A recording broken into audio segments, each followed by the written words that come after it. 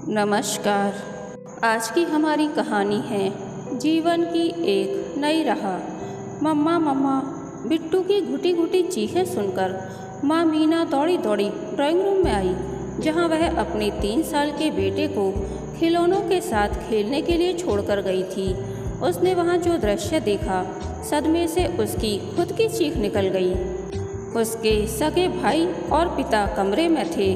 भाई ने एक तकिए से बिट्टू के मुंह को दबाया हुआ था। साथ खड़े पिता क्रोध से जलती लाल अंगारा आंखों से दांत पीसते हुए उससे कह रहे थे, जोर से भींच और जोर से, कि सपोले का काम आज तमाम हो ही जाए। एक क्षण को तो मीना में समझ ही नहीं आया कि वह क्या करे, लेकिन अगले ही पल वह भाई के हाथों से तकिया छीनते हुए जोर से चीखी, बचाओ बचाओ। कि तभी बिजली की गति से एक लंबा व तगड़ा शख्स ड्राइंग रूम के खुले दरवाजे से कमरे में घुसा। उसने भाई के हाथों से तकिया जबरन छीनकर एक और पटक दिया और बिट्टू को उसके चंगुल से मुक्त करा। मीना को थमाकर उससे बोला, आप इसे लेकर भीतर जाइए, कमरे का दरवाज़ा बंद कर लीजिएगा, मैं इनसे निपटता हूँ। इस दौरान पिता उसकी ओर मुखातिब हो चीख रहे थे, पंडित जी ने कहा है, तूने हमारे घर पर अपने पाप की काली छाया डाल रखी है। तेरी वजह से हमारा घर फल फूल नहीं रहा, मेरी नौकरी नहीं रही, इस बड़के की नौकरी भी बार बार चली जाती है, छुटकी का रिश्ता नहीं हो रहा है। तेरी और तेरे इस मनहूस की वजह से ही घर पर विपदा आई हुई है। कुलक्षणी वह खौफ और दहशत से थर थर कांपती हुई रोते गर्राते बिट्टू को अपने धड़कते सीने से चिपकाई। अंदर के कमरे में जाते जाते थोड़ा ठहर कर पिता पर रोती हुई गर्जी, किसके कहने पर आप एक बिट्टू से बच्चे की जान लेने चले आए? यह भी नहीं सोचा कि यह आपका अपना खून है। मैंने अपने आप अपनी जिंदगी बनाई है, खुद के दम पर पढ़ लिख कर आज मैं इस मुकाम पर पहुंची हूँ कि मैं अपने बेटे को एक बढ़िया ज़िंदगी दे पा रही हूँ, एक बेहतरीन ज़िंदगी जी रही हूँ। और आप कहते हैं मेरे पाप की काली छाया आप लोगों पर पड़ रही है। आपकी परेशानियों का कारण मैं नहीं, आप खुद हैं। आप और भैया को अपने दोस्तों के साथ अड्डेबाजी और गांजे से फुर्सत मिले तब तो आप लोग किसी नौकरी में टिकेंगे। आप दोनों का काहिलपना आपकी समस्या की वजह है, ना कि इतनी दूर बैठी मैं। यह कहकर उसने कमरे में घुसकर दरवाज़ा बंद कर लिया और बिट्टू को बेतहाशा चूमती हुई अर्ध विक्षिप्त सी आंसू बहाती मुँह ही मुँह में बिदबिदाई, मेरा बेटा, मेरा सोना, मेरा राजा। आज अगर वह लड़का समय पर नहीं आता तो क्या होता? तुझे कुछ हो जाता तो मैं कहीं की ना रहती। बाहर से उस युवक और भाई के बीच हाथापाई की आवाज़ें आ रही थीं।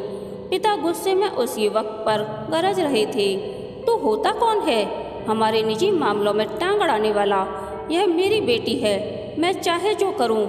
उधर शायद एक बार को उसका भाई उस युवक की गिरफ्त से छूट उसके बंद कमरे के दरवाजे को पीटने लगा, लेकिन शायद तभी उस युवक ने फिर से उसे काबू कर लिया।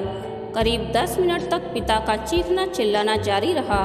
मीना पत्ते की तरह थर थर कांपती, तेजी से धड़कते दिल के साथ बिट्टू को कलेजे से चिपकाई बैठी थी कि तभी उसने सुना वह युवक तेज आवाज़ में पापा को धमका रहा था, आप दोनों यहाँ से फौरन नहीं गए तो मुझे मजबूरन 100 नंबर डायल करना पड़ेगा।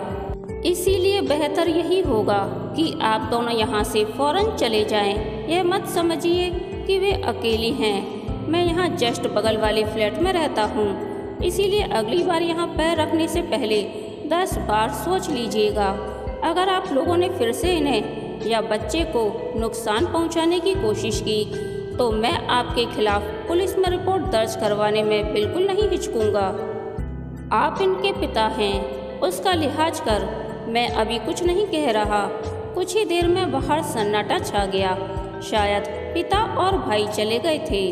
तभी उस युवक ने उसका दरवाज़ा खटखटाया, दरवाज़ा खोलिए, वे लोग चले गए हैं। डरी सहमी बैठी मीना ने अपनी गोद में सोए बिट्टू को पलंग पर लिटा दिया और उठकर दरवाज़ा खोला।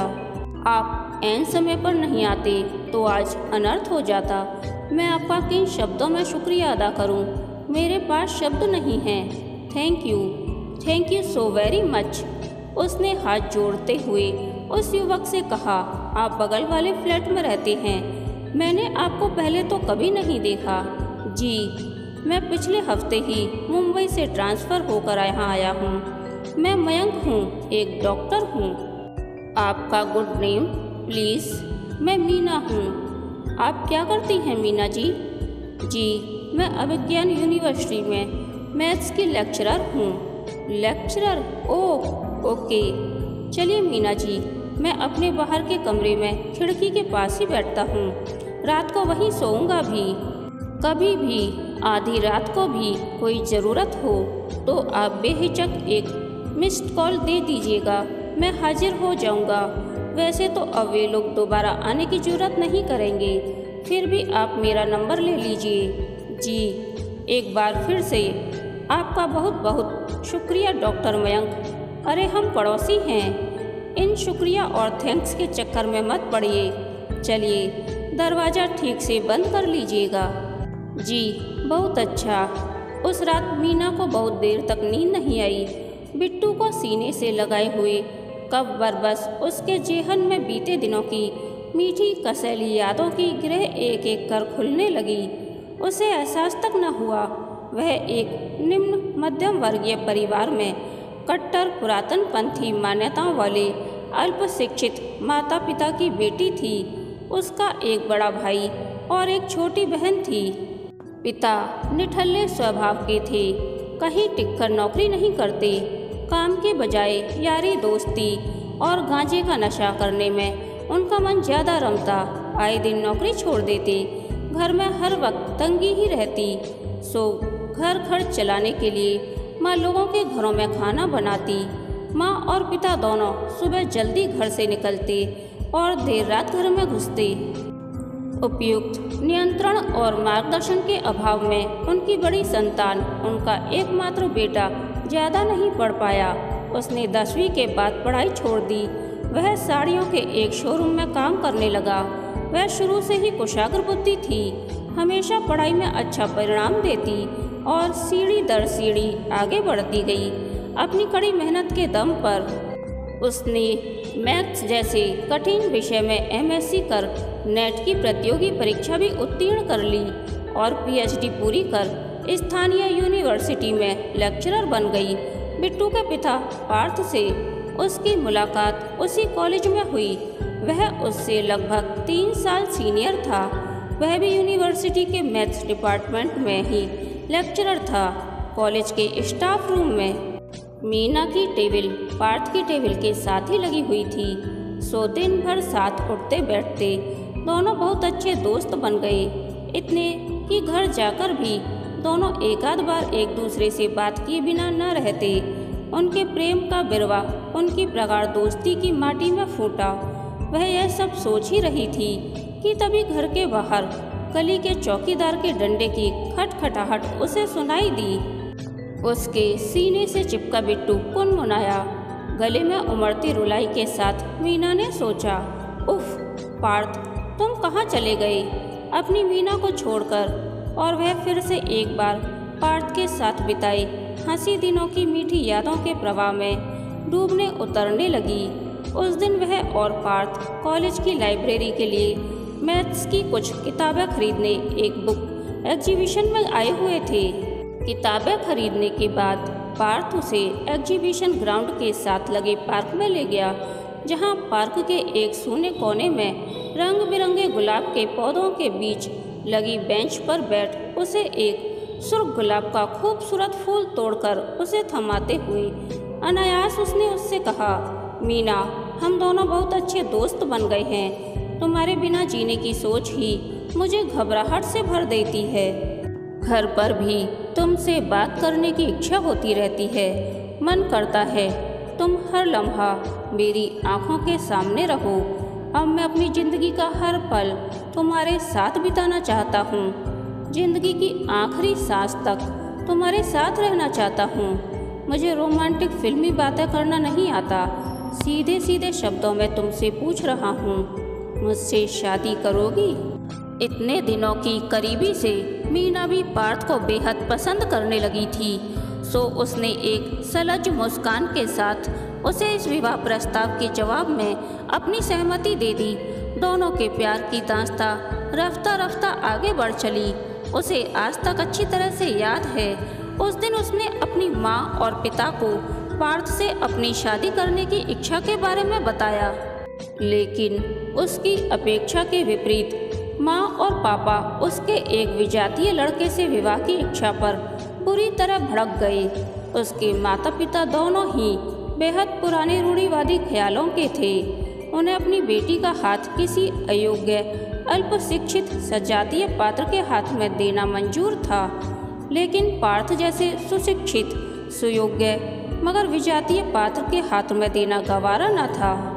मीना को एहसास था कि उसकी जाति में उस जैसी निम्न मध्यम वर्गीय व अल्प शिक्षित परिवार की लड़की को पार्थ जैसा योग्य और उच्च शिक्षित मैच मिलना मुश्किल ही नहीं, असंभव था। सो उसने सोच विचार कर घर वालों की मर्जी के खिलाफ जाकर पार्थ को अपना जीवन साथी बनाने का फैसला ले लिया। एक दिन घर वालों को बिना बताए उसने कुछ करीबी दोस्तों के समक्ष एक दूसरे को अंगूठी पहनाकर सगाई कर ली। फिर 5 माह बाद कोर्ट मैरिज करने के लिए औपचारिक कार्यवाही भी कर डाली, लेकिन यदि कुदरती और इंसानी मंशाओं की मंजिल एक होती तो दुर्भाग्य जैसी आपदा का वजूद न होता। उन दिनों कोविड की बीमारी का प्रकोप चल रहा था। पार्थ को कोविड का भयंकर संक्रमण हुआ।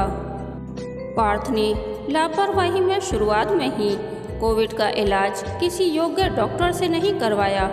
उसकी बीमारी बिगड़ती गई और जब तक उसके घर वाले चेते, उसकी बीमारी भयावह रूप लेते हुए उसके सभी अंगों को प्रभावित कर चुकी थी। लगभग 20 दिनों तक कोविड से जूझने के बाद वह अपनी अंतिम यात्रा पर निकल पड़ा। भाग्य का खेल, उसकी मौत के बाद मीना को पता चला कि पार्थ का अंश उसकी कोख में पल रहा था। मीना की दुनिया उलट पुलट हो गई। उसके पांव तले जमीन न रही। कोविड के प्रकोप के बाद पूरे देश में कंप्लीट लॉकडाउन चल रहा था। एक तरफ घर से निकलने की बंदिश, दूसरी ओर प्राइवेट क्लिनिकों के डॉक्टरों ने मेडिको लीगल कारणों से उसके अनमैरिड होने की वजह से अबॉर्शन करने के लिए मना कर दिया और उसे सरकारी अस्पताल में जाने को कहा। परंतु सरकारी अस्पताल में कोविड-19 के संक्रमण के खतरे को देखते हुए वह वहां नहीं गई। इन सब की वजह से उसका गर्भ 3 माह का होने को आया, सो उसे विवश हो अपने गर्भ को रखने का फैसला लेना पड़ा। इधर प्रेगनेंसी के लक्षण जाहिर होते ही उसके माता पिता ने उसके खिलाफ मोर्चाबंदी कर ली। वे दिन रात उसे बिन ब्याही माँ बनने पर कटु ताने और व्यंग बाण सुनाते। परेशान होकर मीना ने एक दिन चुपचाप माँ बाप का घर छोड़ दिया और अपनी यूनिवर्सिटी के पास किराए पर घर लेकर रहने लगी। यूनिवर्सिटी की बढ़िया नौकरी थी।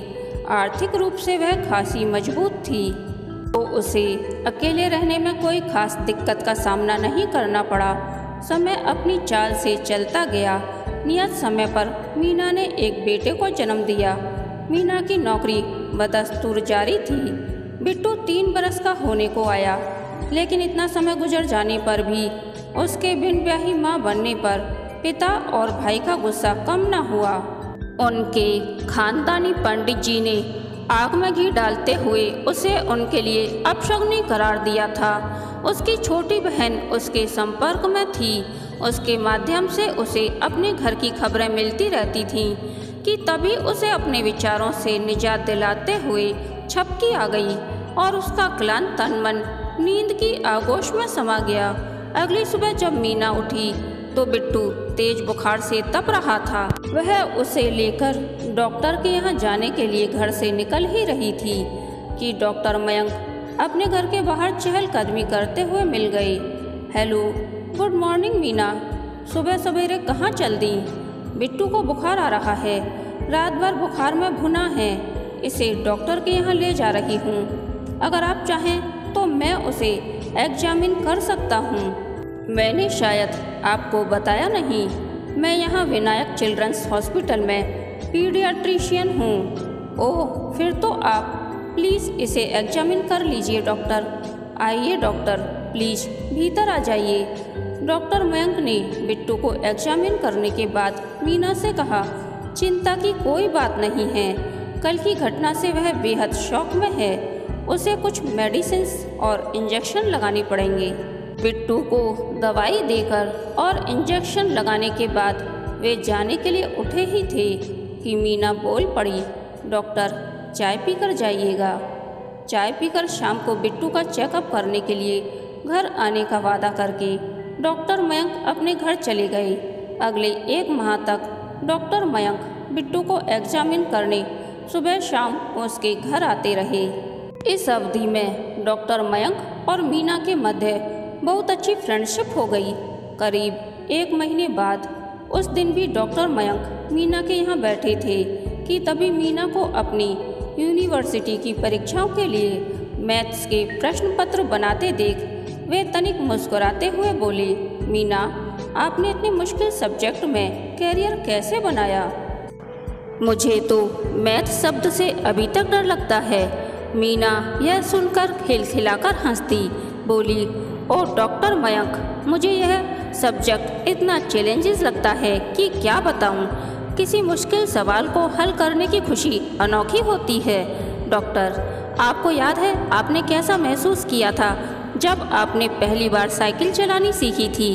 आप बिल्कुल वही फील करते हैं और किसी डिफ़िकल्ट क्वेश्चन को सॉल्व करने की खुशी आपको अपनी क्षमता में ज़बरदस्त सेल्फ कॉन्फिडेंस देती है। ओह, यह बात है। अपनी बात बताऊं तो क्या विश्वास करेंगी कि मैथ्स के टीचर की क्लास में घुसते ही उनके डर से मेरे दिल की धड़कन तेज हो जाया करती थी। 10th क्लास तक हमारे मैथ्स टीचर मुझे मैथ्स का होमवर्क पूरा करके नहीं लाने पर पूरी क्लास के सामने मुर्गा बना दिया करते थे। डॉक्टर मयंक ने जोर से ठहाका लगाते हुए बताया, मुर्गा और आप डॉक्टर? यह कहते हुए मीना भी खिलखिलाकर हंस दी। वक्त के साथ मीना और मयंक की दोस्ती गहराती गई। डॉक्टर मयंक को मीना के संपर्क में आए 2.5-3 साल बीत चले। इतने से समय में मीना ने मयंक के दिल में अपनी एक खास जगह बना ली थी। डॉक्टर मयंक मीना से 2 साल छोटे थे, 33 वर्ष के होने को आए थे। उनके घरवाले उनसे शादी करने के लिए कह कहकर हार गए थे। उनकी माँ उन्हें हर हफ्ते एक नई लड़की का फ़ोटो और बायोडाटा भेजती, लेकिन डॉक्टर मयंक उन पर एक नज़र तक न डालते। उनके अंतर्मन में तो मीना ने कब्जा कर रखा था। दिन बीतने के साथ साथ वे मीना की सहृदयता, शीशे जैसा साफ निश्चल दिल और मीठे स्वभाव के कायल हो उठे थे। जब जब दूसरे शहर में रहने वाली उनकी माँ फ़ोन पर उनसे शादी की बात छेड़ती, मीना की सौम्य गंभीर छवि उनके कल्पना चक्षुओं के सामने आ जाती। पिछली बार जब वे माँ के पास गए थे और माँ ने उनके विवाह की चर्चा छेड़ी तो उन्होंने साफ साफ लफ्ज़ों में उनसे कह दिया, माँ, मेरे लिए लड़की ढूंढना बंद करो। मेरी निगाह में एक लड़की है, मैं उसी से शादी करूँगा। माँ के बहुत कुरेदने पर उन्होंने उन्हें मीना के बारे में खुलकर बताया। उनकी बात सुनकर माँ जैसे आसमान से गिरी। अपने इकलौते सुयोग्य कुंवारे डॉक्टर बेटे की शादी एक बिन ब्याही बच्चे वाली औरत से करने की बात उनके लिए सदमे से कम न थी। इस खबर से उन्हें गहन मानसिक आघात पहुंचा और उनका ब्लड प्रेशर शूट कर गया। वे पलंग पर आ गईं। माँ की यह हालत देख मयंक बेहद पशोपेश में थे।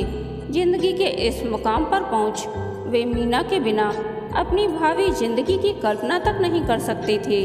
तो उन्होंने सोचा कि वे अपने घर जाकर मीना से आर्य समाज में शादी कर उसे दुल्हन बनाकर अपने घर ले जाएंगे।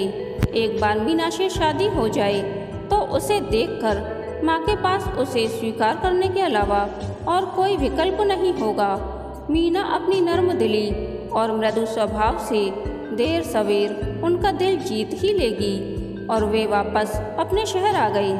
अपने घर पहुंचकर मयंक शाम को मीना के घर गई और फरमाइश कर रात का डिनर उसके साथ किया।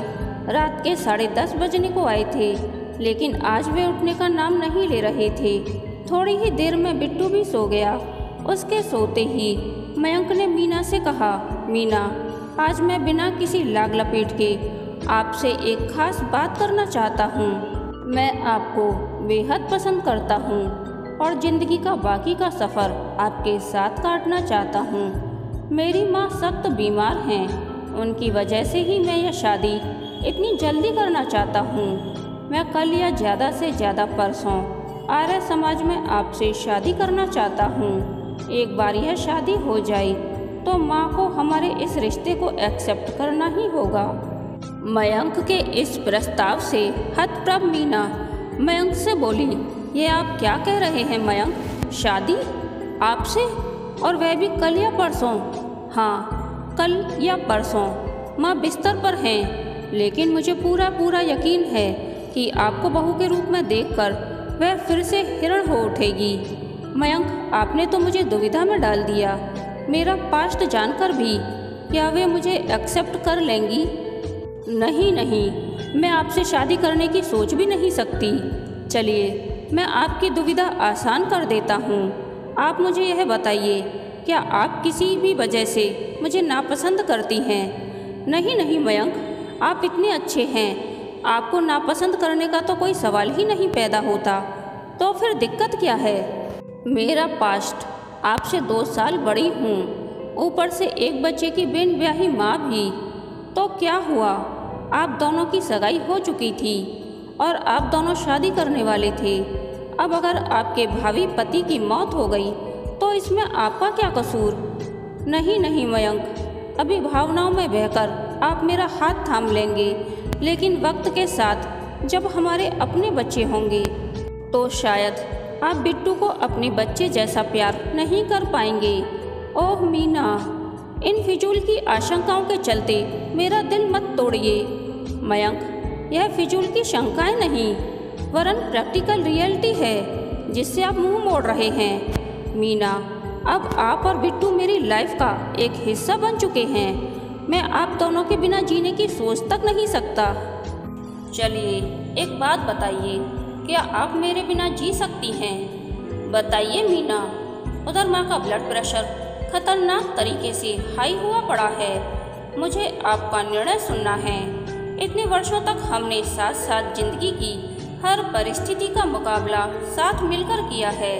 क्या आपकी जिंदगी में मेरी कोई अहमियत नहीं? बताइए मीना।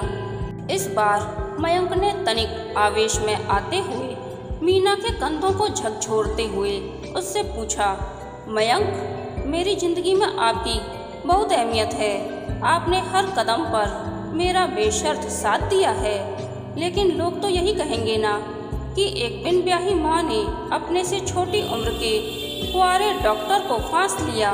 दुनिया 10 बातें बनाएगी। अगर ऐसा है तो मुझ पर यकीन रखिए, मुझसे शादी के बाद कोई आपसे कुछ भी उल्टा सीधा कहने की जुर्रत न करेगा। चलिए तो मीना, हम कल ही आर्य समाज में शादी कर रहे हैं, ठीक है ना? मयंक ने बेहद अधीरता से मीना से कहा, मुझे थोड़ा वक्त चाहिए मयंक, मैं अपनी हाँ या ना आपको मैसेज कर दूंगी। ओह मीना, क्यों इतना सोच रही हैं? बिना बात के आप इतना परेशान हो रही हैं।